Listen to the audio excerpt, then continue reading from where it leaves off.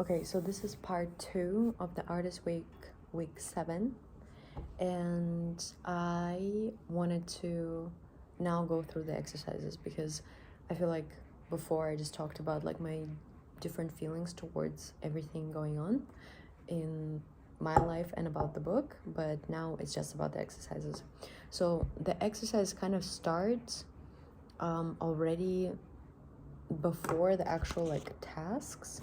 For example, the one thing that we had to do was the jealousy map, which is essentially writing down who you're jealous of, why you're jealous of them, and what is the action antidote, like what can you do in order not to be jealous of someone. I don't necessarily want to mention names by names who I'm jealous of and why, but I do feel like maybe kind of like a summary of like all of these people, and what stood up for me was people that do what they love and make money from it, people that have stable finances, and people that share freely what they feel and where they are in their life, that are not hiding, and people who are able to handle really tough situations without disappearing. That's kind of like the summary of every single person that I wrote down. And the action antidotes that I wrote down was that I need to reduce importance of a lot of things in my life, like not in terms of I shouldn't care, but kind of like let go, let them, let yourself. I need to fix my finances. That's one thing that I've needed to do for a very long time, and I'm on the good track at the moment, but that is a priority right now in my life. And work for money and only for money, I wrote, because I do a lot of projects for free, and I do a lot of things for the people on occasion as a barter. But I feel like I've done a lot of barter arts in situations where it made no sense for me at all. And I feel like I want to only keep doing this if it makes sense for me, and if I'm actually getting a skill or something out of it that is actually benefiting me directly, because that's the whole point of the barter. Because occasionally I would do barters and I would be like, why did I do that? Like, so what did I get from it? Like, if you're doing barter, you need to be getting something out of it. Otherwise, why are you doing it? And I've done some barter things where I wasn't allowed to share footage, and that makes no sense, because that is literally the reason to why I would even do that kind of exchange, for me to share it, for me to show what I do, for me to share my arts. If I do it without being able to use it in any way and I'm not getting paid, what's the point? Cancel this. Cancel. And action antidote for the people do what they want and they make money with their art.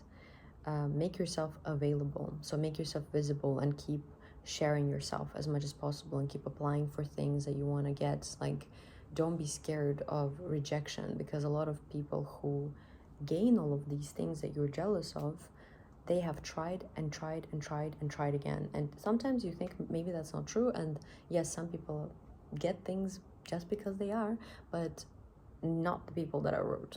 A lot of these people fought for what they have, and I wrote people close in my life, because like, yeah, I can write like celebrities I'm jealous of, but we're not in the same boat, and that's okay. But I wanted to kind of see like people in my life who I would say inspire me. Actually, they inspire me. I don't think that I am jealous a little bit, but they inspire me to be different and to show up for myself differently. Then you had to do an archaeology exercise to complete sentences.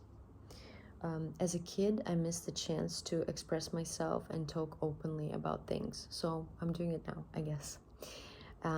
As a kid, I like guidance, support, and encouragement. I am working actively on currently giving this to myself, and it feels so liberating, because I am gaining so much trust. And that's the thing, you can get yourself and give yourself a lot more than you think. And if you didn't get that as a kid, this whole thing, you can give yourself this as an adult. Be the adult that you needed when you were a child. And that includes for me to fix my fucking finances. As a kid, I could have used more care. As a kid, I dreamed of being, no, I dreamt of being a dancer, a vet, and a documentary maker like David Attenborough. And as a kid, I wanted to sing. In my house, we never had enough time together. So I'm also prioritizing having time for infrequent but still calls with my friends, check-ins when we can, even if it's really difficult to make the time considering the time difference. But that's, everyone in my life knows that they can absolutely reach out to me and that the time with me and them matters so much. And if I am physically in a place, I'm gonna make sure that I'll meet every single person that I care about. Even if I'm there for 24 hours, it doesn't matter. It's like, I'll see you at the train station, I see you at the airport, I'll see you somewhere. You matter to me, and that time matters with you, even if it's 15 minutes. Time is everything. With people that you love, time is like literally all. And as a kid, I needed more love. What else? I'm sorry that I will never see my grandpa again. I have missed and for years I have missed and wondered about home and the sense of home and sense of belonging.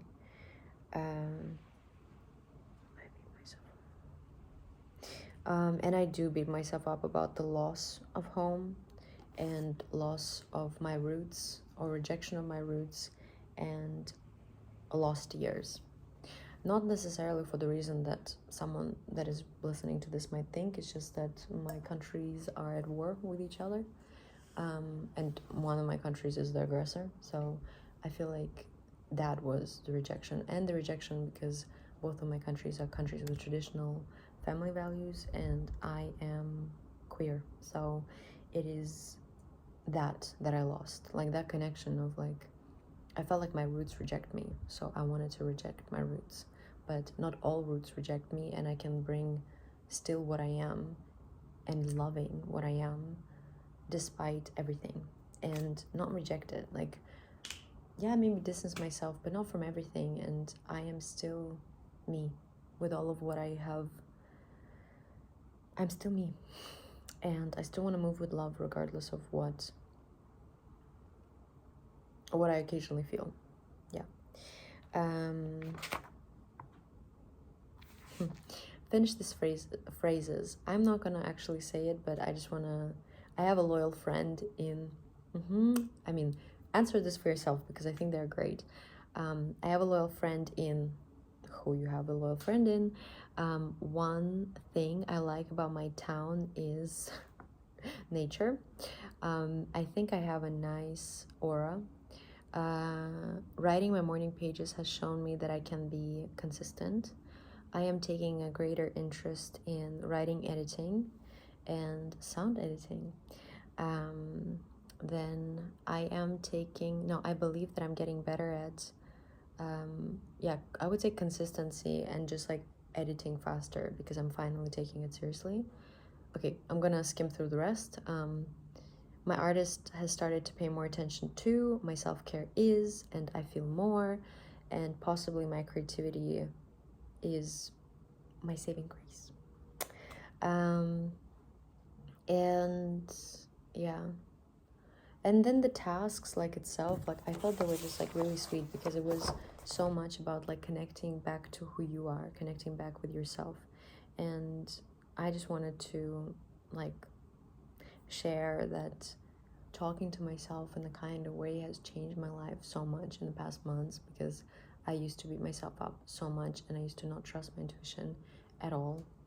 And now I really do. And it made me, I don't want to say it made me a meaner human, but it definitely created so many boundaries in my life with so many people that I've never had before. And it also eliminated a lot of people from my life, which made me have so much more connection with myself.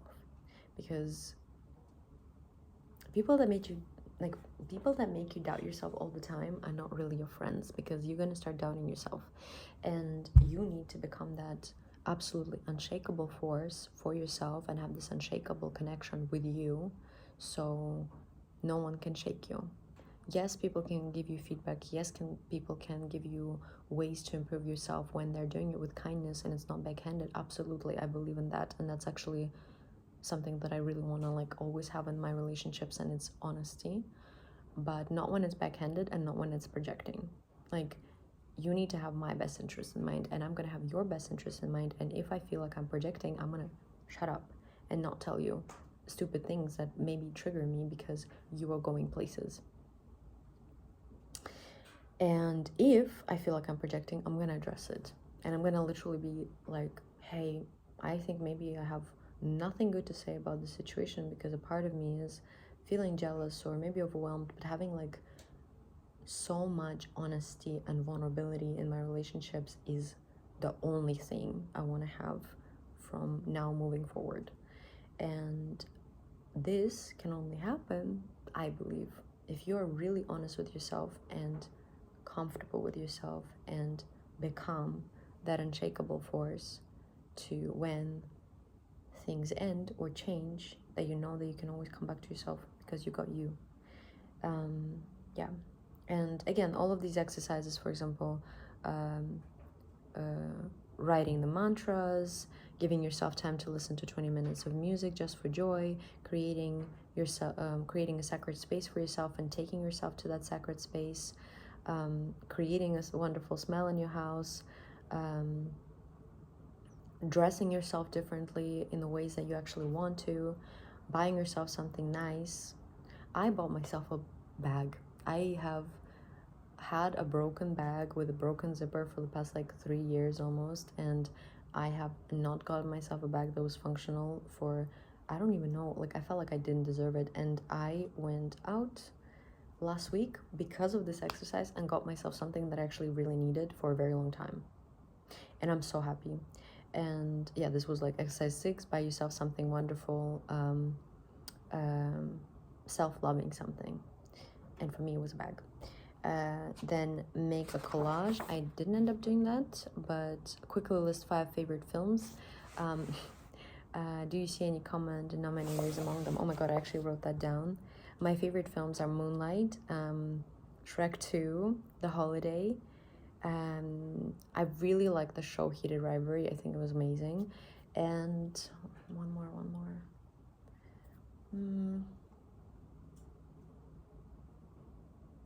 I'm gonna say Beetlejuice because it was a comfort film for me. So Beetlejuice. And I think the question was, do you see any common things among them?